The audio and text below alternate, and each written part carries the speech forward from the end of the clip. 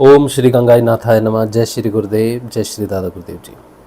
आप सभी का बहुत बहुत स्वागत है आज के सत्संग में। मेरा नाम राज शिव है और मैं एक सिद्ध योग साधक हूँ और सिद्ध योग की साधना पिछले 11 वर्षों से मैं कर रहा हूँ और पिछले लगभग 5 वर्षों से सत्संग कर रहा हूँ।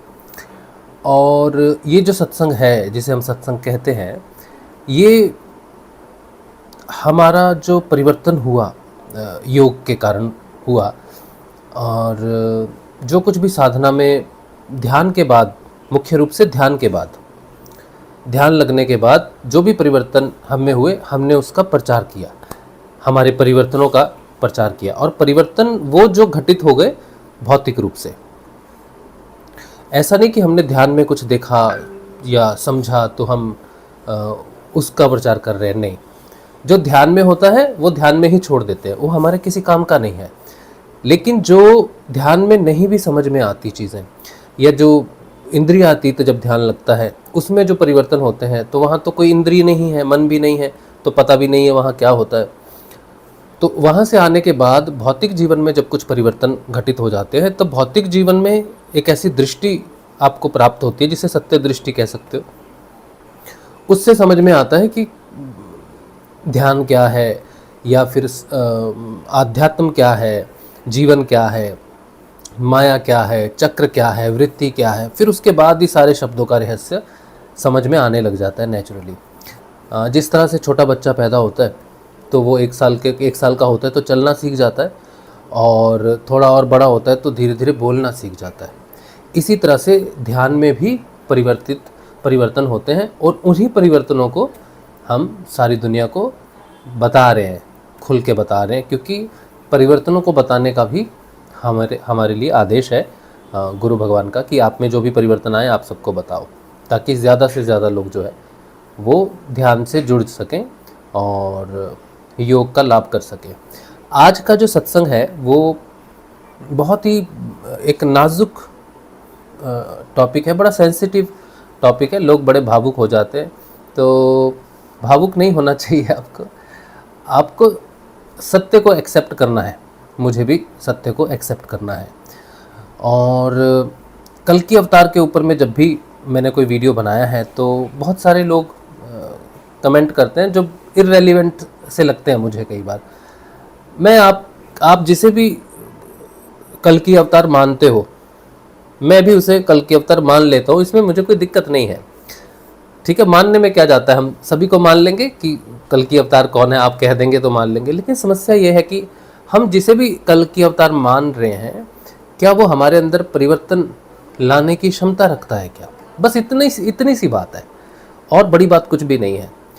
ठीक है, हम अपने फेवरेट व्यक्ति को, गुरु को कल की अवतार घोषित कर सकते हैं। क्या है, कोई टैक्स थोड़ी लगाया भारत सरकार ने कि भाई तुम क्यों कर रहे हो, ऐसा करो। तो आप देखोगे कि बहुत सारे कल की अवतार हैं। हम बहुत सारे लोगों को कल की अवतार मान लेते हैं। किसी को ज्ञान के आधार पर मान ले रहे हैं, किसी को किसी सिद्धि के आधार पर मान ले रहे हैं, तो अलग अलग प्रकार से मान ले रहे हैं। तो ठीक है, कोई बात नहीं, कोई दिक्कत ही नहीं है। लेकिन हमारा जीवन है, जन्म हुआ है, मृत्यु हो जाएगी एक दिन।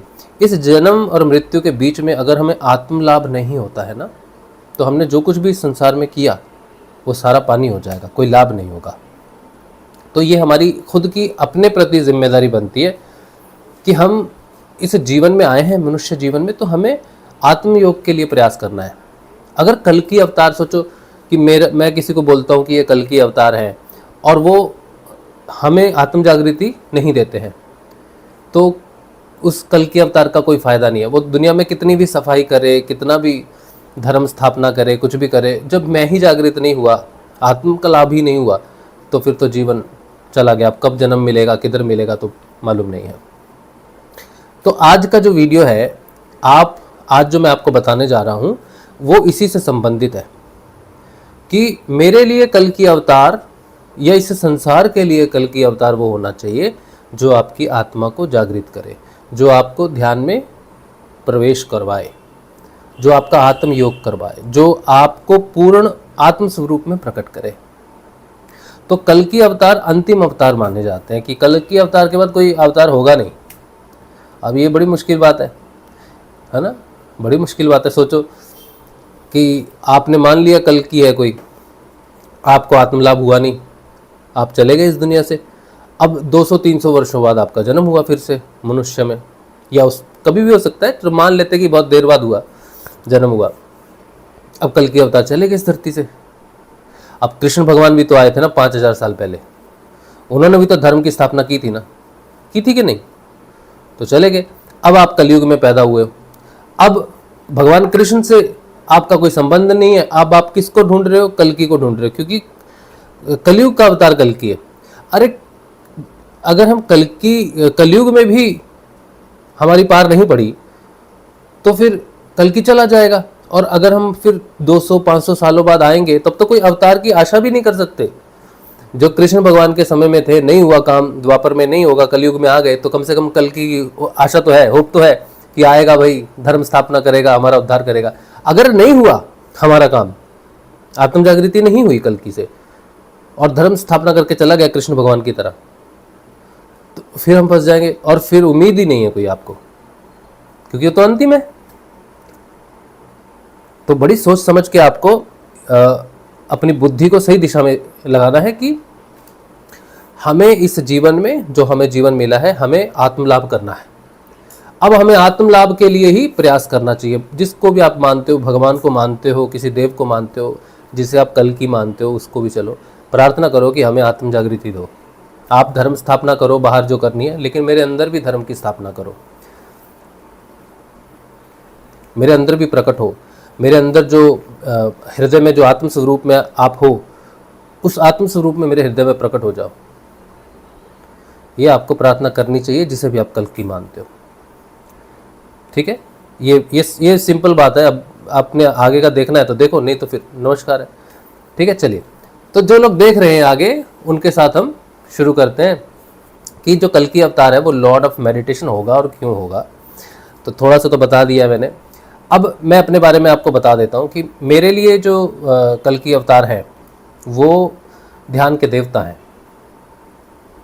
और उन्होंने मुझे ध्यान दिया। जिन्होंने मुझे ध्यान दिया, मेरे को किनारा लगा दिया। अब मुझे बाहर से क्या लेना देना। अब जो परिवर्तन मुझ में आएगा, क्योंकि मैं बदल जाऊंगा, मेरा परिवर्तन हो जाएगा, तो मेरे लिए सारी दुनिया बदल जाएगी। मेरे अंदर सत्य की स्थापना हो जाएगी, तो बाहर भी मेरे लिए सब कुछ बदल जाएगा। कहते हैं ना, व्यक्ति की दृष्टि बदलनी चाहिए। व्यक्ति स्वयं बदलता है तो सब संसार बदल जाता है। ठीक है, तो कल की अवतार अंतिम अवतार इसलिए होगा क्योंकि इस धरती पर वो हमेशा रहेगा। अब हमेशा तो वही रह सकता है जो अमर हो। भगवान कृष्ण भी तो अमर थे, भगवान श्री राम भी तो भगवान राम है, लेकिन उनके बाद तो अवतार, भगवान राम के बाद तो जरूरत पड़ी ना श्री कृष्ण की, और श्री कृष्ण के बाद जरूरत पड़ रही है कल की अवतार की। तो कल की अवतार के बाद किसी की आवश्यकता नहीं पड़ रही, इसका मतलब है कि वो धरती पर ही रहेगा हमेशा। कल की अवतार कभी जाएगा नहीं। तो कल की अवतार धरती पर क्यों रहेगा? धर्म की स्थापना हो गई, अब जाओ, कृष्ण भगवान ने स्थापना की, चले गए, है ना। तो कल की अवतार अभी बैठा ही है हमेशा के लिए, दूसरे के आने की जरूरत नहीं है। तो धर्म की स्थापना कब तक चलेगी? अंतिम मनुष्य तक चलेगी। जब तक वो अंतिम मनुष्य रहेगा तब तक धर्म की स्थापना चलती रहेगी। अब इतनी लंबी स्थापना क्यों चल रही है धर्म की, कहाँ चल रही है? तो इसका मतलब ये हुआ कि जो कल की अवतार आएंगे वो धर्म की स्थापना बाहर नहीं बल्कि अंदर करेंगे, हृदय में करेंगे। और धर्म की स्थापना हृदय में तभी हो सकती है जब हमारे अंदर आत्मा जागृत हो। कलयुग जो है वो तो नाम जप का विषय है ना। कहते हैं कलयुग केवल नाम आधारा, सुमिर सुमिर नर उतर ही पारा। सिर्फ नाम का विषय है, नाम है कलयुग में। तो नाम चीज क्या है? नाम है बीज। कलयुग क्या है? कलयुग में जो नाम है वो बीज है। तो कलयुग में जब नाम का बीज पड़ रहा है, तो जब वो सिद्ध हो जाएगा, मतलब प्रकट हो जाएगा, फलित हो जाएगा, तो जब बीज फलित होता है तो वृक्ष प्रकट होता है, वृक्ष पर फल लगता है। ये जो फल है, ये फल अमर है। भगवान श्री के नाम से, बीज रूपी नाम से प्रकट होने वाला फल अमर फल कहलाया गया है। और ये जो अमर फल खा लेगा वो अमर हो जाएगा। ठीक है। तो कल्कि जो आएंगे वो एक ऐसा फल लेके आएंगे जो लोगों को देंगे यहाँ पर, और जो उस फल को खाएगा वो अमर हो जाएगा, फिर उसकी मृत्यु नहीं होगी। तो जो भी कल्कि के साथ जुड़ेगा वो अमरता के लिए जुड़ेगा, समझे आप? तो अमर कैसे होगा? कोई व्यक्ति किसी के साथ जुड़ रहा है तो अमर कैसे होगा? अब मैं जुड़ूं भगवान के साथ तो मैं अमर कैसे हो जाऊंगा? तो अमर होने की आपको समझना पड़ेगा कि अमर होना किसे कहते हैं। अमर होने का मतलब है कि मैंने माँ की गर्भ से जन्म लिया, ठीक है, इस शरीर का जन्म हुआ, तो शरीर बढ़ रहा है भाई, आगे जा रहा है, उम्र में जा रहा है, तो ये बूढ़ा हो जाएगा। और कितने दिन रहेगा? बूढ़ा तो होगा, बूढ़ा हो जाए तो कमज़ोर हो जाएगा, मर जाएगा। लेकिन कल्कि से अगर मैं जुड़ जाऊं, उसके ध्यान से जुड़ जाऊं, उसके फल से जुड़ जाऊं, तो मैं अमर हो जाऊंगा। तो ये जो घटना है, अमर होने वाली घटना है, इसको हम बोलते हैं कि द्विज हो जाना, दूसरा जन्म हो जाना, एक ही जन्म में दूसरा जन्म हो जाना। तो दूसरा जन्म किसका हो सकता है? मैंने तो जन्म ले लिया, मेरा जन्म कैसे हो सकता है? तो मेरा जन्म होगा आत्म चेतना के रूप में। व्यक्तिगत चेतना मर जाएगी। ये शरीर व्यक्तिगत चेतना नहीं है। बहुत सारी व्यक्तिगत चेतनाएं हैं मेरी पीछे, जो जितने भी मैंने जन्म लिए शरीर के साथ जुड़ा रहा, ये मेरा शरीर है, ये मेरा नाम है, ये मेरा परिवार है, ये करके इस जन्म में भी मेरा एक नाम है, मेरा एक शरीर है, मेरे संबंध है। तो जब तक ये शरीर रहेगा तब तक वो चेतना रहेगी, शरीर के साथ जुड़ी हुई व्यक्तिगत चेतना रहेगी। तो शरीर मरा तो मैं भी मरा। लेकिन मैं अगर हमेशा जीवित रहना चाहता हूँ, कभी नहीं मरना चाहता हूँ, तो मुझे एक ऐसी चेतना में प्रवेश करना पड़ेगा, एक ऐसी चेतना का उत्थान करना पड़ेगा, एक ऐसी चेतना में प्रवेश जन्म देना पड़ेगा चेतना को, जो कभी ना मरे। और जो कभी नहीं मरती है वो है आत्मा। आत्म चेतना कभी भी नहीं मरती है। तो कोई व्यक्ति जन्म ले रहा है, जन्म में बैठा है, ध्यान में बैठा है, और ध्यान में हृदय में प्रवेश कर जाता है। हृदय में आत्म चेतना रहती है। भगवान कहते हैं ना, मैं सभी भूत प्राणियों के हृदय में वास करता हूँ और मैं प्रकट होता हूँ वहाँ पे। मैं भौतिक रूप से जन्म नहीं लेता। भगवान कहते हैं ना, परमात्मा का भी जन्म नहीं लेता। तो आत्मा जब जन्म लेती है तो व्यक्ति के हृदय में जन्म लेती है, और जिसकी आत्मा जागृत हो जाती है फिर उसकी व्यक्तिगत चेतना कि मैं ये व्यक्ति हूँ, इस घर पे हूँ, इस शहर का हूँ, इस परिवार से हूँ, इस गोत्र से हूँ, है ना, ये सब हूँ, इस धर्म से हूँ, वो सब लय हो जाता है। शुद्ध आत्म स्वरूप प्रकट होने लग जाता है। और ये जो आत्म चेतना प्रकट होती है, ये प्रकट होती है तब जब हृदय का कोई द्वार खोलने वाला हो। तो हृदय का द्वार खोलने वाला वही होगा जो हृदय के अंदर है, जिसके पास चाबी है, जो स्वयं को जगाएगा आके। तो कल्कि अवतार जो किसी को जगाएगा, आत्म चेतना को जगाएगा, तो उसको ध्यान में जाना पड़ेगा, अंदर जाना पड़ेगा, क्योंकि हृदय का द्वार अंदर है। और हृदय का द्वार इस शरीर के अंदर एक और शरीर है जिसे बोलते हैं प्राणमय कोश। तो वो हृदय का जो द्वार है, जिससे असेंडिंग यात्रा शुरू होती है, आत्मा की जिससे यात्रा शुरू होती है सारे शरीरों को पार करती हुई, शरीर, प्राण, मन, बुद्धि, है ना, आनंद, चित्त और सत्य को पार करती हुई आत्म स्वरूप में प्रकट होती है। तो वो यात्रा शुरू होती है प्राणमय कोश से। तो मुझे इस शरीर के अंदर प्राणमय कोश में जाना पड़ेगा, और प्राणमय कोश को बोलते हैं भावमय कोश, भाव शरीर, भाव में जाना पड़ेगा। तो भाव का स्थूल रूप है बाहर, ये प्राण, ये सांस, ईड़ा पिंगला। लेकिन ईड़ा पिंगला से जुड़ा हुआ है प्राण, जुड़ा तो हुआ है लेकिन सूक्ष्म नहीं है। तो सूक्ष्म जैसे प्राण स्थूल है और भाव उसका सूक्ष्म है, वैसे ईड़ा पिंगला स्थूल है और सुषुम्ना सूक्ष्म है। तो मुझे सुषुम्ना में प्रवेश करना पड़ेगा। सुषुम्ना में व्यक्तिगत चेतना नहीं प्रवेश करेगी, उसमें प्रवेश करेगी आत्म चेतना। आत्म चेतना ही केवल सुषुम्ना में प्रवेश करके ये सारे चक्रों का भेदन करते हुए, शरीर का भेदन करते हुए आज्ञा चक्र पर योग हो सकता है उसका परमात्मा के साथ। तो योग होने के बाद वो अपने पूर्ण अस्तित्व में आ जाएगा, कभी नहीं मरेगा।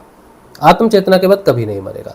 तो कल्कि अवतार जो धर्म की स्थापना करेगा वो योग का देवता होगा, वो ध्यान का देवता होगा, वो ध्यान में प्रवेश करवाएगा। और जिस ध्यान में वो देवता प्रवेश करवाएगा वो इंद्रिया अतीत ध्यान होगा, क्योंकि आत्मा का ना तो कोई गुण है, ना कोई आकार है, साकार है, कुछ भी नहीं है। तो आत्म रूप से जो ध्यान लग रहा है, आत्म चेतना से जो ध्यान लग रहा है, वो गुणों के अधीन नहीं हो सकता, गुणातीत हो सकता है। तो कोई व्यक्ति तमोगुणी है, रजोगुणी है, सतोगुणी है, उससे फर्क नहीं पड़ता है कि सब लोग मंदिर जा रहे हैं, वेजिटेरियन खाना खा रहे हैं, वेजिटेरियन है, तो आत्मा का गुणों से कोई संबंध नहीं है। आत्मा भेद नहीं देखती कि ये तमोगुणी है, रजोगुणी है, सतोगुणी है। आत्म जागृति केवल देखती है समर्पण। तो कल की अवतार जब आएगा तो कलयुग में इसलिए सभी का भला हो जाएगा क्योंकि कलयुग में सभी सतोगुणी नहीं है।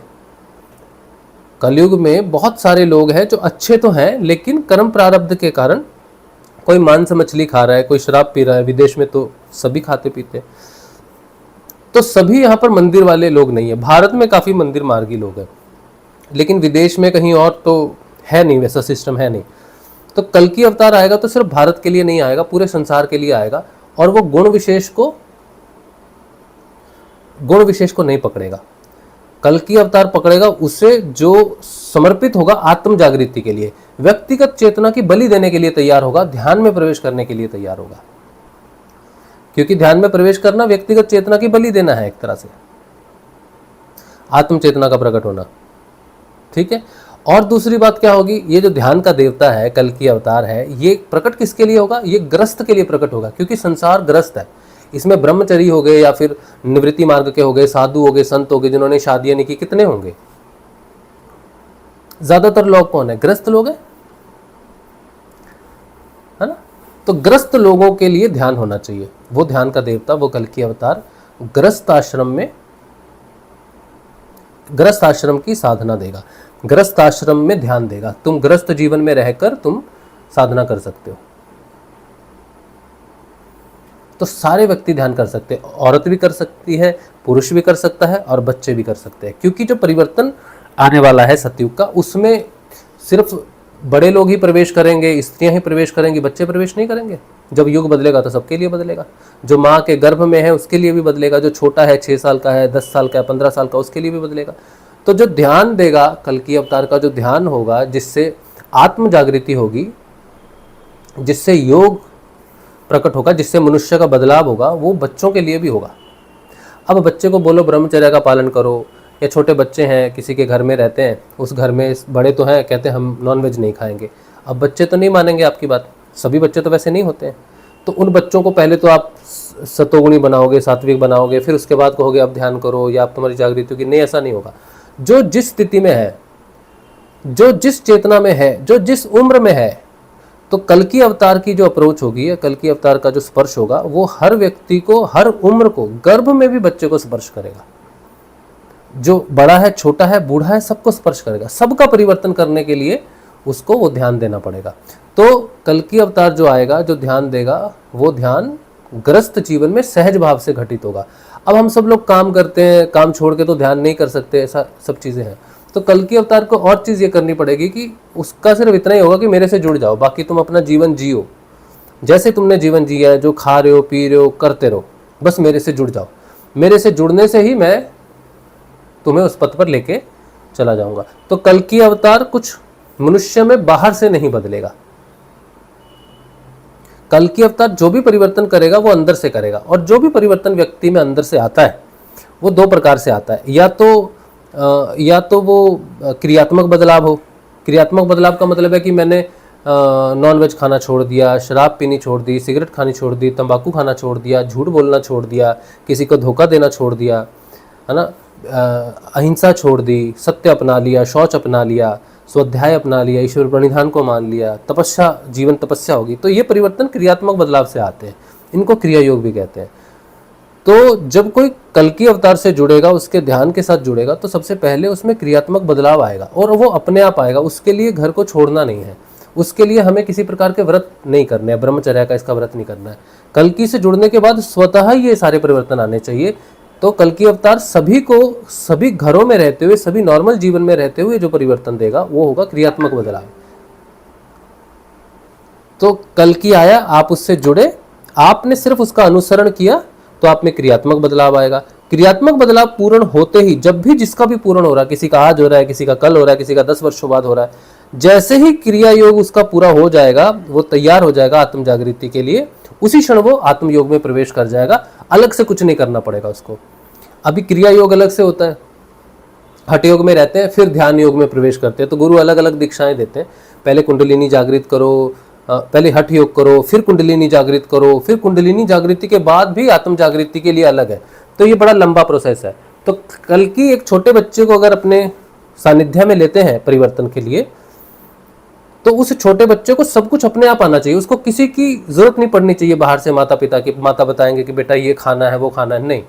एक अबोध बालक है, उसका भी परिवर्तन कल की अगर कर दे तो वो कल की माना जाएगा, तब माना जाएगा कि युग परिवर्तन का समय आ गया। क्योंकि युग परिवर्तन में हर कोई बदलेगा। ऐसा नहीं है कि ये व्यक्ति नहीं बदल सकता, वो नहीं बदल सकता, ये तो अधम है, ये तो ये करता है वो करता है, ये तो नीच है, ये तो नर्क का है स्वर्ग का है, नहीं। जब युग बदल जाएगा तो उस पर रहने वाले सभी व्यक्ति बदल जाएंगे, सभी बदल जाएंगे। तो एक अबोध बालक को क्रिया योग की कोई समझ नहीं है, क्रियात्मक बदलाव की कोई समझ नहीं है, ध्यान योग की कोई समझ नहीं है, तो कल की कैसे जुड़ेगा उससे? बाहर से उपदेश तो देगा नहीं। तो कल की को जुड़ना है तो आंतरिक रूप से जुड़ना पड़ेगा, और आंतरिक रूप से कोई जुड़ सकता है तो वो केवल गुरु है। तो कल की अवतार को अगर क्रियात्मक बदलाव देना है, हर किसी में देना है, हर उम्र में देना है, ग्रस्त जीवन में रहते हुए देना है, जीवन को प्रभावित नहीं करना है, जीवन को बदलना नहीं है, बस ऑटोमेटिकली अंदर से परिवर्तन आना है, तो योग से आ सकता है। कल की जिससे जिससे जुड़ेगा, जैसे पारस पत्थर जुड़ता है लोहे से, वो स्वर्ण कर देता है, वैसे कल की जिससे जिससे जुड़ेगा उसका क्रियात्मक बदलाव स्वयं शुरू हो जाएगा। उसको क्रिया योग की अलग से जरूरत नहीं पड़नी चाहिए। क्रिया योग से पात्रता सिद्ध होते ही वो स्वयं ध्यान योग में प्रवेश कर जाएगा, आत्म जागृति में प्रवेश कर जाएगा, और जिसकी आत्म जागृति होगी वही सतयुग में प्रवेश कर गया, क्योंकि आत्मा ही सत्य है, आत्म जागृति ही सतयुग में प्रवेश। आप कलयुग में रहो, जिसकी जिसकी आत्मा जागृत हुई वो सत्य में प्रवेश करके चला गया। लेकिन अब इसमें जो कैच है, कल की अवतार अंतिम है, सतयुग आएगा, इसका जो मुख्य कैच ये है कि आत्म जागृति के बाद व्यक्ति निकल जाता है, सब छोड़ के मुक्त होके मोक्ष होके चला गया। लेकिन कल की अवतार जब आ रहे हैं तो वो सतयुग की जो स्थापना कर रहे हैं, इस संसार की स्थापना कर रहे हैं। अगर सभी जागृत हो गए, सभी आत्म रूप से जागृत हो गए, तो धरती तो खाली हो जाएगी। क्योंकि अभी तक तो ऐसे ही होता हुआ है कि भाई आत्म जागृति होती है, फिर व्यक्ति चला जाता है, पूर्णता प्राप्त करता है, मोक्ष हो जाता है उसका। अब एक छोटा बालक है 7 साल का, ठीक है, उसका ऐसा कर्म प्रारब्ध है कि वो आत्म रूप से चेतन हुआ, उसकी यात्रा पूरी हुई, आत्म रूप में स्थित हुआ, वो तो 14 साल में निकल जाएगा। माँ बाप कहेंगे अरे हमने इसकी शादी करनी थी, घर संसार क्या, ये तो बड़ी मुश्किल हो जाएगी, जनरेशन ही खत्म हो जाएगी। बालक तो शुद्ध होते हैं, बच्चे तो शुद्ध होते हैं। तो जितने भी बच्चे संसार में होंगे वो क्योंकि पवित्र मन के हैं, उनका योग जल्दी जल्दी पूरा होगा, वो तो बुढ़ों से पहले निकल जाएंगे। तो दुनिया में बचेंगे बुढ़े, मेरे जैसे, आपके जैसे। बच्चे युवा जो शुद्ध है, पवित्र हैं, अभी माया ने उनको उतना स्पर्श नहीं किया है, वो तो योग फटाफट होकर निकल जाएंगे। तो ये तो बड़ी समस्या हो जाएगी कल्कि के लिए। तो कल्कि को जो स्थापना करनी है, आगे संसार की स्थापना करनी है, उसमें होना ये चाहिए कि व्यक्ति जब आत्म रूप से चेतन होगा तो उसमें जो परिवर्तन होगा वो असेंडिंग वाला परिवर्तन नहीं होगा, बल्कि डिसेंडिंग वाला परिवर्तन भी होना चाहिए। उसके नीचे भी, अब जिसकी आत्मा जागृत हो, वो इस शरीर में, रोगी शरीर में, जो बंधनों में, मानसिक जो आज का जो मन है, ये कलयुग का जो मन है, इसमें ये जो बुद्धि है सही गलत में, इसमें क्यों रहेगा? क्योंकि आप सही होके बैठ जाओगे, 10 लोग तो भाई वैसे नहीं है, तो बड़ा मुश्किल हो जाएगा जीना आपका। तो कल्कि को आत्म जागृति के साथ साथ नीचे के सिस्टम को बदलना पड़ेगा, शरीर को ऐसा बनाना पड़ेगा कि आत्म चेतन व्यक्ति इस शरीर में, इस मनुष्य के शरीर में सालों साल रह सके, अटैचमेंट ना हो, लेकिन रोगी भी ना हो। कलयुग का जो शरीर है वो मन से ग्रसित हो जाता है, रोगी हो जाता है, कर्म के प्रभाव से हो जाता है। तो कल्कि को जो व्यवस्था करनी है, आत्म जागृति के साथ साथ एक मन की व्यवस्था करनी है, एक नया मन देना पड़ेगा। क्योंकि कलयुग में जो रोग है ना वो मानसिक है। कलयुग में जो भ्रम है, अविद्या है, मन से जुड़ी हुई है। मन किससे जुड़ा हुआ है? चित्त से जुड़ा हुआ है। चित्त त्रिगुणात्मक है, वहीं से हमारे तीनों कर्म जो है, कोई सतोगुण है, रजोगुण है, तमोगुण है, वो फलित होते हैं, सीधे मन में आते हैं। मन के माध्यम से हम भोग करते हैं, सुख का, दुख का, सब कुछ करते हैं। तो ये जो मन है ये गुलाम है, परतंत्र है कर्मों का, चित्त का। इसीलिए साधक जो आत्म रूप से चेतन होता है, इस मन का क्षय कर देता है, मन को नष्ट कर देता है और निकल जाता है, फिर कभी जन्म नहीं होता उसका। तो ये जो मन है इसका क्षय हो जाएगा तो जन्म खत्म, मृत्यु खत्म, संसार खत्म। तो कल्कि को करना पड़ेगा कि ये जो मन है, आत्म जागृति होने के बाद इस मन का परिवर्तन करना पड़ेगा उसको, इस मन को नया करना पड़ेगा, हटा देना पड़ेगा। जैसे कलयुग हटा दिया, सतयुग आ गया, वैसे ही मन को हटा दिया, दिव्य मन आ गया। तो कल्कि अवतार जो ध्यान देगा वो मन का योग नहीं करवाएगा, बल्कि मन को रिप्लेस कर देगा। ऐसा मन देगा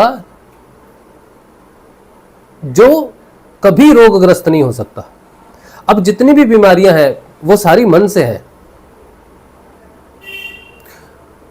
गुरु नानक भगवान ने कहा कि कहते हैं जिसने मन को जीत लिया उसने संसार को जीत लिया, क्योंकि मन ही है सारे अटैचमेंट्स का कारण। प्राण जो होता है ना, प्राण बंधन बांध देता है। जैसे सोचो मेरा कोई भाई है, मेरी पत्नी है, मेरा बेटा है, इस तरह मेरे बंधन है। लेकिन सोचो कि मुझे अपनी पत्नी में कोई रुचि ना हो, मेरा मन कहीं और लगता हो, किसी दूसरी महिला में लगता हो, मुझे अपने बेटे में रुचि ना हो, मुझे अपने माता पिता में रुचि ना हो, मुझे धन में रुचि हो, मुझे अपने सुख में रुचि हो। बंधन तो बांधा प्राण ने, लेकिन उसमें प्रेम नहीं है, भाव में वो नहीं है, मतलब मन नहीं लग रहा उसमें, निष्भाव हो गया वो। तो मन से ग्रसित होने से सारे बंधन भी खराब हो जाते हैं। लेकिन अगर मन स्वस्थ हो जाए, मन शुद्ध हो जाए, मन अति मन हो जाए, सात्विक नहीं, सात्विक मन अलग है, अति मन अलग है, तो मन दिव्य मन हो जाए, तो वो दिव्य मन प्राण में आएगा, प्राण से शरीर में आएगा, तो शरीर भी बदल जाएगा। तो कल्कि अवतार जो ध्यान देगा उससे आत्म जागृति के साथ साथ सदैव के लिए रोग मुक्ति भी होनी चाहिए, शारीरिक लाभ भी होना चाहिए, ताकि मनुष्य सतयुग में सतयुग की तरह रह सके, आत्म जागृति के बाद भी पूर्ण जीवन को भोग करे, नए संसार का निर्माण हो, शुद्ध संसार का निर्माण हो।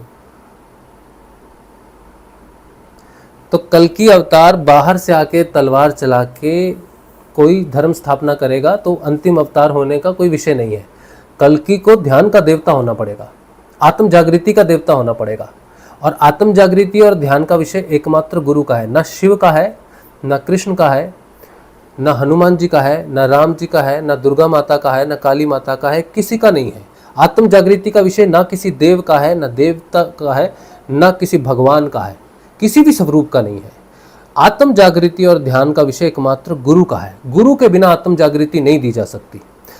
आप सपोज करो कि आप भगवान शिव को मानते हो, शिव भगवान तो शिव है, कृष्ण तो कृष्ण है, काली तो काली है ना, भगवान है ना, कुछ भी कर सकते हैं, हमें मृत्यु से बचा सकते हैं, हजारों साल जिंदा रख सकते हैं अपनी कृपा से, सुख सारे दे सकते हैं, सब कुछ दे सकते हैं। क्या नहीं कर सकते भगवान शिव? सब कुछ कर सकते हैं, है ना। तो सोचो भगवान शिव ने आपकी आत्मा जागृत कर दी, या भगवान कृष्ण ने आपकी आत्मा जागृत कर दी। अब जितने भी बाकी लोग हैं, सोचो 100 लोग हैं, 100 में से एक की जागृत कर दी, बाकी सारे 99 गुरु को पूज रहे थे, गुरु को देख रहे थे। अब उन्होंने कहा शिव ने कर दी आत्मा जागृत, शिव भी कर सकते हैं, गुरु जरूरी नहीं है गुरु ही करेंगे। तो गुरु के प्रति भाव विभाजित हो जाएगा। कृष्ण ने कर दिया, गुरु का भाव चला जाएगा। अगर एक बर्तन में गुब्बारा ही ले लो, चलो एक गुब्बारा है, उसमें सुई की नोक जितना छिद्र बनाने की कोशिश करो तो गुब्बारा फट जाएगा। एक घड़े में बहुत बड़ा घड़ा है, बहुत बड़ा घड़ा है, आसमान जितना बड़ा घड़ा है, उसमें एक छोटा सा छिद्र कर दो, उसके अंदर पानी भरा है, सब उस छिद्र से एक दिन खत्म हो जाएगा, निकल के खत्म हो जाएगा। तो गुरु का जो कार्य है आत्म जागृति का, ध्यान में प्रवेश करवाने का, पूर्णता प्राप्त करवाने का, हृदय द्वार खोलने का, आज्ञा द्वार खोलने का, जो गुरु के पास जो अधिकार है, वो अगर शिव ने कर दिया, कृष्ण ने कर दिया, किसी देव ने कर दिया, तो उसी दिन गुरु नष्ट हो जाएगा। और जिस दिन गुरु नष्ट हो जाएगा उस दिन आत्मा नष्ट हो जाएगी, क्योंकि आत्मा ही सबकी गुरु होती है। आत्मा ही गुरु है, दूसरा कोई गुरु नहीं। जो अंदर से जो प्रेरणा, जो प्रकाश मार्ग प्रदर्शित करता है, पूरा पथ, आध्यात्मिक पथ पर यात्रा चलती है, वो आत्मा की यात्रा, आत्मा से परमात्मा तक की जो यात्रा है वो आध्यात्मिक यात्रा है। आत्मा का पूर्ण होना परमात्मा, अभी आत्मा अंश रूप में है, आवरणों में है, आवरण एक एक हटता जाएगा, शरीर, प्राण, मन, बुद्धि, आनंद, चित्त, सत्य, ये आवरण हटते जाएंगे तो पूर्ण आत्मा स्थापित हो जाएगी। लेकिन अस्तित्व भी खत्म हो जाएगा आत्मा का। और आत्मा को तो न काटा जा सकता है, न जलाया जा सकता, न भिगोया जा सकता, न उड़ाया जा सकता है, कुछ भी नहीं कर सकते। आत्मा तो निर्गुण है, निराकार है, कुछ भी नहीं है। तो आत्मा का जैसे अस्तित्व खत्म नहीं हो सकता, वैसे ही गुरु का भी अस्तित्व नहीं खत्म हो सकता, क्योंकि उसका कार्य कोई नहीं कर सकता। ये आप लिख के ले लो, कल की अवतार आया, जिस तरह राम आए, कृष्ण आए, कल की अवतार आया, और अगर उसने गुरु की पदवी नहीं धारण की, गुरु का पद नहीं धारण किया और आत्म जागृति कर दी, तो उसने गुरु का गला काट दिया, समझो गुरु घाती हो गया कल की। कोई अवतार ऐसा नहीं हुआ जो गुरु घाती हुआ, कल की अवतार ऐसा होगा जो गुरु का घाती होगा, गुरु को मारने वाला होगा। जो गुरु को मारने वाला हो, आत्मा को ही मारने वाला हो, वो स्वयं आत्मा कैसे हो सकता है? वो स्वयं अवतार कैसे हो सकता है? नहीं हो सकता। तो अगर वो कल की अवतार गुरु के रूप में नहीं आता है तो तुम्हें आत्म जागृति नहीं देगा, और तुम्हें आत्म जागृति नहीं मिली तो तुम्हारा जीवन नष्ट। और अगर वो तुम्हें आता है, आत्म जागृति देता है, सतयुग देता है, दिव्य मन देता है, दिव्य शरीर और प्राण देता है यहां रहने के लिए, सतयुग में रहने के लिए, तुम्हें आगामी परिवर्तन देता है, दिव्य परिवर्तन देता है, तो गुरु के स्वरूप में ही देगा। तो उसे गुरु ही होना चाहिए, उसे ध्यान का देवता ही होना चाहिए, और ध्यान का देवता एकमात्र कोई है तो गुरु है। गुरु के अलावा कोई ध्यान नहीं दे सकता है।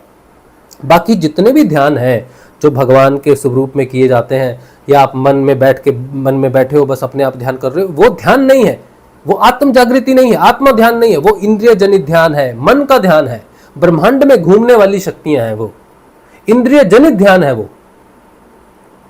तुम्हारे सिरों में ऊर्जा घूमती रहेगी, तुम्हारे हृदय में, पीठ में, गले में, लेकिन तुम्हें शांति नहीं मिलेगी, मिल ही नहीं सकती। तुम्हें एक दिन अच्छा लगा, 2 दिन अच्छा लगा, 1 साल अच्छा लगा, 2 साल अच्छा लगा, 10 साल अच्छा लगा, 20 साल अच्छा लगा, लेकिन एक पॉइंट आएगा जब तुमसे पूछा जाएगा कहां जा रहे हो, तुम कहोगे पता नहीं, बस जा रहा हूं। तुम जाते ही रहोगे, ये वृत्त है। जैसे एक सर्कल ले लो, सर्कल बनाओ, अब सर्कल का कोई अंत नहीं है, वो घूम रहा है। कोल्लू का बैल होता है ना, हाँ, कोल्लू का बैल घूम रहा है, उसको पता थोड़ी है कितना, उसको पूछो भाई कितना दूर जाएगा, उसको क्या पता कितना, वो तो घूम रहा है, कोई अंत ही नहीं है। इंद्रिय जनित ध्यान का, मन मर्जी से किए हुए ध्यान का, देवी देवताओं, भगवान कृष्ण, शिव, दुर्गा, या कोई भी ध्यान तुम कर रहे हो बिना गुरु के, उसका कोई अंत ही नहीं है। बेअंत में फंस गए तुम। तो कल की अवतार आएगा, तुम्हें उस वृत्त को तोड़ने आएगा, जन्म और मृत्यु के वृत्त को तोड़ने आएगा, तुम्हें दिव्य बनाने आएगा, तुम्हें ध्यान देने आएगा, गुरु के स्वरूप में आएगा। इसीलिए मैं चिल्ला चिल्ला के बोल रहा हूँ, सबको बोल रहा हूँ कि तुम्हें कल्कि से क्या चाहिए, कल्कि का क्या प्रयोजन है, इसको देखो, इसको समझो। किसी को कल्कि मान लिया, लेकिन तुम्हें क्या लाभ होगा उसका? तुम क्यों गर्त में गिर रहे हो, तुम क्यों अंधकार में गिर रहे हो? हाई टाइम है जागने का, स्वयं के प्रति,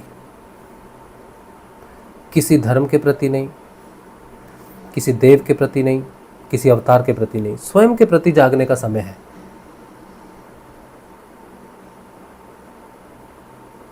ठीक है, तो मेरे हिसाब से कल की अवतार होंगे द लॉर्ड ऑफ मेडिटेशन, आत्म जागृति का देवता, दिव्य रूपांतरण का देवता, अक्षर ब्रह्म का देवता। ठीक है, चलिए ये बात है। तो अब ये बात है कि आप अगर यहाँ तक आए हैं और आपका कोई गुरु नहीं है, जब हम इतनी बातें बोल रहे हैं सारी की सारी, तो हमें वो ध्यान का देवता मिला। हमें तो कल की अवतार हमारे गुरु के रूप में मिले, जिन्होंने हमें ध्यान दिया, जिन्होंने हमें योग दिया। हमने ये सारी बातें जो बोली हैं, ये अपने अनुभव से ही बोली हैं कि एक साधारण व्यक्ति में भी आत्म जागृति देने वाले योगेश्वर गुरु, समर्थ सदगुरुदेव। समर्थ का मतलब है कि वो आत्मचेतन कर सकें, ये उनकी सामर्थ्य है। और योगेश्वर इसलिए कि वो योग प्रदान करवा सकते हैं, आत्मा और परमात्मा का योग दे सकते हैं। तो वो समर्थ सदगुरुदेव योगेश्वर गुरु होंगे, उन्हीं को हम कल की अवतार बोल रहे हैं। और हमारे गुरुदेव ने बोला है कि वो कल की अवतार है, और अंतिम दिनों में बोला है, और उसकी उन्होंने पूरी निशानी दी है कि तुम ध्यान करो और नाम जपो, बाकी तुमको कुछ नहीं करना है। अगर शक्ति है वो, अगर वो कल की है, तो तुम्हारे क्रिया योग के सारे काम कर देगा, यम, नियम, आसन, प्राणायाम, प्रत्याहार, तुम्हारा क्रिया योग पूरा स्वयं उसके साथ जुड़ते ही पूर्ण हो जाएगा। जिस दिन तुम पात्र हो जाओगे और तुम्हारी आत्म जागृति हो जाएगी, उसी दिन तुम ध्यान योग में प्रवेश कर जाओगे। ये अंतिम दीक्षा है, आखिरी दीक्षा है, इसके बाद किसी दीक्षा की आवश्यकता नहीं है। अगर वो सच में कल की है और तुम्हारी आत्मा का स्वरूप है, तो तुम्हें कहीं जाने की जरूरत नहीं है। गुरुदेव, मैं अपने गुरुदेव से कभी भी नहीं मिला, कभी भी नहीं मिला। इंटरनेट से ही उनकी सारी जानकारी मिली थी मुझे 2014 में। लेकिन अविश्वास, भगवान के प्रति आस्था, शिव के प्रति आस्था थी मेरी, तो मैं शिव भगवान को ही भजता रहता था, गुरु जी का मंत्र जपता रहता था। लेकिन 2019 में जब जीवन अब ऐसी स्थितियों में आ गया कि आगे जीवन हमें दिखा कि नहीं है, तो हमें एक को चुनना था। तो हमने चुना गुरुदेव जी को, और हमने फिर ध्यान में प्रवेश किया। और जब गुरु जी को पूर्ण समर्पण किया तभी योग में प्रवेश किया। जब तक हम विभाजित थे कि ये भगवान जी हैं, ये बचा लेंगे, ये कर देंगे, ऐसा कर देंगे, तब तक नहीं हुआ। कल की समर्पण मांगेगा तुमसे, पूर्ण समर्पण मांगेगा तुमसे। तुम ये नहीं कर सकते कि सुबह तुम कुछ कर रहे हो, शाम को कुछ कर रहे हो। नहीं, तुम्हारी सुबह, शाम, दोपहर, हर क्षण तुम्हें अर्पण करनी पड़ेगी कि मैं प्रस्तुत हूं, मेरा बदलाव करो। तब वो बदलाव करेगा आपका, तब उसका योग आपको मिलेगा। हमें तो ऐसे ही मिला। तो हमारे कल की अवतार हमारे गुरुदेव श्री रामलाल जी सियाग। अगर आप जानना चाहते हो कि मैं सही बोल रहा हूँ या वैसे ही कुछ भी बोल रहा हूँ, तो आप उनका ध्यान करके देखो कुछ दिन। किसी किसी को तो पहले दिन ही वो ध्यान लग जाएगा, क्रिया होगी, कुंडलिनी स्वयं जागृत हो जाएगी, और स्वयं तुम्हें कोई रोग होगा, बीमारी होगी, वो ठीक हो जाएगी। वो क्षमता दिखा देंगे अपनी कि मैं ठीक कर सकता हूँ इसको। लेकिन फिर कुछ समय बाद हो सकता है कि वो वापिस आ जाए। सिर्फ गुरु भगवान पहले अपनी क्षमता दिखाएंगे तुम्हें कि ये हो सकता है। जैसे मैंने जब गुरु भगवान का ध्यान किया था, 1 महीने में मेरे सारे रोग ठीक हो गए, सारी समस्याएं ठीक हो गई। तो मैंने कहा ये तो बड़ा चमत्कार हो गया। तो वो मुझे सिर्फ उनकी सामर्थ्य दिखाई उन्होंने कि मैं कर सकता हूँ। लेकिन तुम्हें पात्र बनना पड़ेगा। ये सारा अनुग्रह के लिए, इन सारी चीज़ों के लिए, मुक्त होने के लिए तुम्हें पात्र बनना पड़ेगा। नाम जपो और ध्यान करो, तो तुम इन सारी चीज़ों को प्राप्त कर लोगे। तो फिर मुझे धीरे धीरे वो समझ में आई चीज़, 5 वर्ष लग गए उस चीज़ में। तो आप भी जब गुरु जी का ध्यान करके देखो कुछ दिन, तो आप देखोगे कोई समस्या है वो एकदम ठीक होएगी, एकदम कोई मार्ग मिलेगा, या आपका ध्यान लगेगा, क्रिया होगी, कुंडलिनी जागृति होगी, ये आपको अनुभव हो जाएगा। किसी किसी को पहले ध्यान में ही अनुभव हो जाएगा। कोई बड़ी बात नहीं। आपको फोटो चाहिए एक गुरुदेव जी की, एक प्रार्थना करो कि गुरुदेव हम आपकी शरण में हैं, और चैलेंज करके कर दो कि आप अगर कल की अवतार है। सभी बोल रहे हैं मैं हूं कल की, मैं हूं कल की। एक पागल मेरे जैसा चिल्ला रहा है कि ये है कल की। आप बोलो उनको कि अगर आप सचमुच कल की हैं, अपने सच्चे मन से प्रार्थना करो। क्या ही लगता है एक प्रार्थना में कितना ही समय लग जाएगा। तुम्हारा जीवन इतना बड़ा है, उसमें तुम 15 मिनट अगर एक टेस्ट कर लोगे तो क्या ही फर्क पड़ता है उसमें। प्रार्थना करो कि अगर आप सच में कल की अवतार हैं तो 15 मिनट के लिए मेरा ध्यान केंद्रित करो, मैं आपका ध्यान कर रहा हूँ आज्ञा चक्र पर। गुरु जी की तस्वीर आपको मिल जाएगी, हम दे देंगे सब कुछ अभी आपको। और गुरु जी का एक मंत्र है, संजीवनी मंत्र, ठीक है। अगर आपको लगता है कि नहीं हमने मंत्र नहीं जपना, तो मत जपो। उस समय के लिए आप राम में विश्वास करते हो, शिव जी में करते हो, कृष्ण जी में करते हो, देवी शक्ति में करते हो, अल्लाह में करते हो, जीसस में करते हो, किसी में भी करते हो, आप उसी का नाम जप लेना। क्योंकि अगर कल की अवतार है तो उसमें सब है। ध्यान लेकिन गुरु का करना, उसी चेहरे का करना जिसको हम कल की बोल रहे हैं। कहना कि हमारा ध्यान केंद्रित कर दो, हम कोई भी नाम एक चुन लो अपना चाहे, और ध्यान करो। तो तुम्हें पहले ध्यान में ही लगभग जितने भी सकारात्मक लोग हैं, सकारात्मक का मतलब सात्विक नहीं, ऐसा नहीं कि जो बिल्कुल सात्विक हैं, वेज खाना खाते हैं, ये करते हैं, वो करते हैं, वो सात्विक नहीं। सकारात्मक का मतलब होता है जो भगवान, चाहे वो मटन चिकन खाता है, चाहे किसी भी धर्म का है, शराब पीता है, कुछ भी उसका जीवन कितना भी मलिन जीवन क्यों न है, कोई फर्क नहीं पड़ता। लेकिन सकारात्मक है कि मेरा उद्धार कर दो, मुझे निकाल दो। ये होता है सकारात्मक, जो निकलना चाहता है, जो सच में जानना चाहता है। तो तुम अगर सकारात्मक हो, सच में जानना चाहते हो, तो प्रार्थना करना कि तुम अगर कल की हो प्रभु, और सामान्य मनुष्य से जैसे दिख रहे हो, तो हमारा 15 मिनट ही मांगना। 15 मिनट के लिए ध्यान केंद्रित कर दो। तस्वीर के सामने बैठ जाना, शरीर ढीला छोड़ देना, थोड़ी जगह रख लेना आसपास, ठीक है। कोई भी क्रिया होगी तो घबराना नहीं, कोई भी क्रिया होगी 15 मिनट में अपने आप बंद हो जाएगी। 15 मिनट से ज्यादा नहीं होगी आपको, पहले ध्यान में तो होगी नहीं। 15 मिनट के अंदर वो क्रिया बंद हो जाएगी। आप सोफे पर बैठ जाओ, या सोफे पर, बेड पर बैठ जाओ, या नीचे जमीन पर कुछ बिछा लो, बैठ जाओ, किसी भी दिशा में मुंह करके बैठ जाओ, किसी भी दिशा में, पूर्व, पश्चिम, उत्तर, दक्षिण, किधर भी मुंह करके बैठ जाओ। बैठ नहीं सकते, लेट के कर लो ध्यान। 15 मिनट में तुम्हें पता चल जाएगा कि मैं क्या बोल रहा हूं, किसके बारे में बोल रहा हूं। वो 15 मिनट में अपनी शक्ति, वो तुम्हारे अंदर अगर है, आत्म स्वरूप में तुम्हारे अंदर है, तुम्हें संचालित करने वाली कुंडलिनी के स्वरूप में तुम्हारे अंदर है, तो उसी समय वो जागृत हो जाएगा और तुम्हें 15 मिनट के लिए तुम्हारा योग करके दिखा देगा। डरना नहीं, कुछ नहीं है, वही तुम्हारे अंदर की शक्ति ही कल की है, आत्मा ही कल की है। और उसी के कंट्रोल पे तुम्हारी अंदर की संचारिणी शक्ति कुंडलिनी उठ जाएगी, जग जाएगी। तुम कितने कमजोर हो, कौन हो, क्या हो, बूढ़े हो, बच्चे हो, कितने साल के हो, कोई फर्क नहीं पड़ता। बस आप करके देखो, प्रत्यक्ष को प्रमाण की क्या आवश्यकता है, सामने तुम्हारे 15 मिनट में ही पता चल जाएगा कि वो कल की है कि नहीं है। तो करके देखना, ठीक है। अच्छा, अब आपको उसकी तस्वीर चाहिए, ठीक है। तो मैं आपको एक लिंक दे देता हूँ, ठीक है। ये मेरी एक वेबसाइट है, उस पर मैंने पहले तो मैं सबको व्हाट्सएप भेज देता था। व्हाट्सएप में मैं गुरुदेव जी का एक दीक्षा वीडियो होता था वो भेजता था। गुरु जी के 3 वीडियो छोटे छोटे होते थे, उसमें गुरु जी ने मंत्र भी बताया हुआ है कि मंत्र को कैसे जपना है, मंत्र के साथ कोई दूसरा मंत्र नहीं जपना है, एक ही मंत्र जपो। ये सब थोड़ी सावधानी है। 1-1.5 मिनट के वीडियो थे, तो 4 वीडियो गुरुदेव के, एक 30 मिनट का वीडियो और एक मिनट के, 1.5 मिनट के 3 वीडियो, 4 वीडियो गुरुदेव के। और थोड़ी जानकारी थोड़ी लिखी रहती थी उसके साथ कि ये गुरुदेव जी की, एक गुरु जी की तस्वीर, ठीक है। और 4 वीडियोस में अपने भी देता था कि ये जो मंत्र है, जो गुरुजी जो मंत्र देते हैं, जिसे संजीवनी मंत्र कहते हैं, एक बार आपका ध्यान लग जाएगा, आपको विश्वास हो जाएगा कि यार कुछ तो हो रहा है। उसके बाद फिर आप गुरुजी का जो मंत्र है उस मंत्र को सुनना, उसे संजीवनी मंत्र कहते हैं। उस मंत्र से आपकी आगे की यात्रा चलेगी। आप जब पहली बार ध्यान करोगे वो सिर्फ प्रमाण के लिए है कि ये कल की है भी कि वैसी बकवास है, सिर्फ जांचाई करने के लिए पहले ध्यान में कोई भी मंत्र जप लेना, लेकिन ध्यान गुरु जी का करना, तो पता चल जाएगा। अगर पता चल जाए कि कुछ हो रहा है, कुछ तो है, तो फिर गुरु जी का वो वीडियो सुनना, उसमें गुरु जी ने मंत्र दिया है, उसको संजीवनी मंत्र बोलते हैं। वो किसी भी रोग को ठीक कर सकता है और अंतिम यात्रा मोक्ष तक की प्राप्ति करवाएगा। उसमें बीज भी है, उसमें नाम भी है। बीज आपको फलित होगा आध्यात्मिक, और नाम आपको संसारिक सुख देगा। तो संसारिक जीवन को साधारण रूप से जीते हुए आध्यात्मिक उन्नति करके आप पूर्णता प्राप्त करोगे। दोनों काम होंगे इसमें, दोनों यात्राएं चलेंगी उसमें। तो वो ही मंत्र फिर उसके बाद आपको जपना है, दूसरा कोई मंत्र नहीं जपना है। 4 वीडियोस मेरे अपने हैं, उसमें मैंने आत्म जागृति मंत्र के संबंध में एक वीडियो है 1-1.5 घंटे का। फिर है कि मनुष्य, फिर सबके मन में ये आएगा कि यार शिव को छोड़ के मनुष्य का ध्यान क्यों करें। तो उसमें बताया कि गुरु कोई मनुष्य नहीं होता, चेतना होता है। तो मनुष्य और गुरु में, मनुष्य और भगवान में क्या है, मनुष्य का ध्यान क्यों करना चाहिए, वो एक छोटा सा वीडियो है। फिर कुछ लोग कहते हैं नहीं हम पहले ही ध्यान कर रहे हैं, हमारा तो बड़ा अच्छा ध्यान लग रहा है।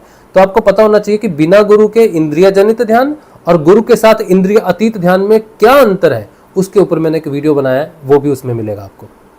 और फिर ये जो योग है, ये जो कल की अवतार जिसे हम गुरुदेव बोल रहे हैं, ये कहाँ से आते हैं, ये योग शुरू कहाँ से होता है। तो आदि गुरु है भगवान शिव। शिव भगवान ने जो अमर कथा माँ को सुनाई थी, वो मच्छिंद्र नाथ जी ने सुनी, फिर गोरखनाथ जी से, वैसे चलते हुए ये सिद्ध योग आया। इसे आई पंथ कहते हैं, इसे सिद्ध योग कहते हैं। इस सिद्ध योग में कुंडलिनी शक्ति स्वयं जागृत होती है और पूरा क्रिया योग स्वयं आपके अंदर प्रकट होता है। आपको कुछ करने की जरूरत नहीं पड़ती, माँ कुंडलिनी ही सब कुछ करती है, ठीक है। अपने आप सारी क्रियाएं होती हैं, बंद लगती है वो शक्ति के कारण, और गुरु के अधीन रहती है वो शक्ति। आप अपने आप काम नहीं कर रही, ठीक है। कुंडलिनी की शक्ति कौन सहन कर सकता है, नहीं, लेकिन वो गुरु फिल्टर की तरह काम करते हैं। उतना ही मिलता है आपको कुंडलिनी शक्ति का प्रभाव जितना आपको आवश्यकता होती है। तो कुंडलिनी बिल्कुल नुकसान नहीं करती है, बिल्कुल नहीं डरना, गुरु की कृपा से जागृत होती है, गुरु के अधीन रहती है, ठीक है। और एक और वीडियो होगा शायद सिद्ध योग की जानकारी, हाँ, ये 4 वीडियोस होते हैं मेरे। तो ये पूरी जानकारी है सिद्ध योग की, आगे चलोगे इसके बाद एक पुस्तक हो, तो ये एक बार देख लो चेक करके कि कल की अवतार आ गया है, आत्म जागृति दे रहा है कि नहीं दे रहा, पता चल जाएगा आपको, ठीक है।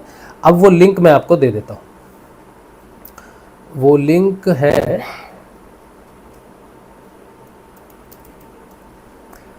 एक मिनट,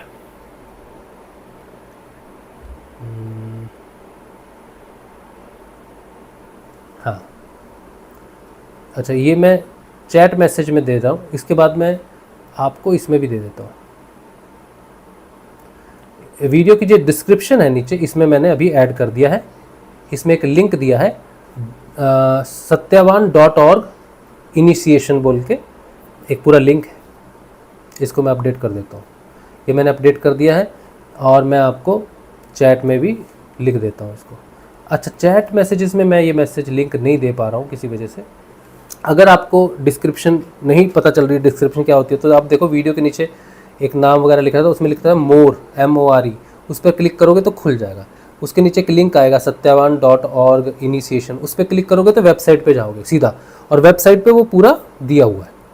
उसमें एक हमारे जो गुरुजी हैं उनका एक आश्रम भी है जोधपुर में, उनकी भी अलग एक वेबसाइट है, वो भी गुरुदेव को डेडिकेटेड है। उस पर तो गुरुदेव की पूरी जानकारी आपको मिल जाएगी। बाद में आप पूरी जानकारी ले लेना गुरुदेव की, और पूरा निःशुल्क है, कोई 1 रुपया लेना नहीं, आपको किसी से देना नहीं, लेना कुछ नहीं, केवल आपको ध्यान करना है, नाम जपना है। गुरु है, सच्चा है, कल की है तो अंदर होगा, नहीं है तो फिर खत्म काम, फिर तो बात ही नहीं है। तो उस पर आप कर लेना, ठीक है, उसको आप पूरी बाद में देख लेना। तो अगर नहीं पता चलता है तो आप मेरे को व्हाट्सएप करना कि हमें लिंक दे दीजिए गुरु जी के ध्यान का, हम करना चाहते हैं, सिद्धियों को जानना चाहते हैं, आत्म रूप से आगे बढ़ना चाहते हैं। तो आप मुझे व्हाट्सएप करोगे 8777211139 राज शिव, ठीक है। ये मैंने नंबर चैट में दे दिया, लिख लेना, नोट कर लेना, सिर्फ मैसेज कर देना कि जानकारी दे दो, हम आपको भेज देंगे। ट्राई कर लो, हो जाए तो बढ़िया है, नहीं होगा तो फिर जैसे भगवान आपको चला रहे हैं तो चल ही तो रहे हैं ना, है ना। अच्छा, इसके अलावा जो लोग देख रहे हैं, अगर जुड़ना चाहें हमारे सत्संग से, तो चैनल को आप लाइक करें, सब्सक्राइब करें और ज्वाइन करें अगर सहयोग कर पाएँ।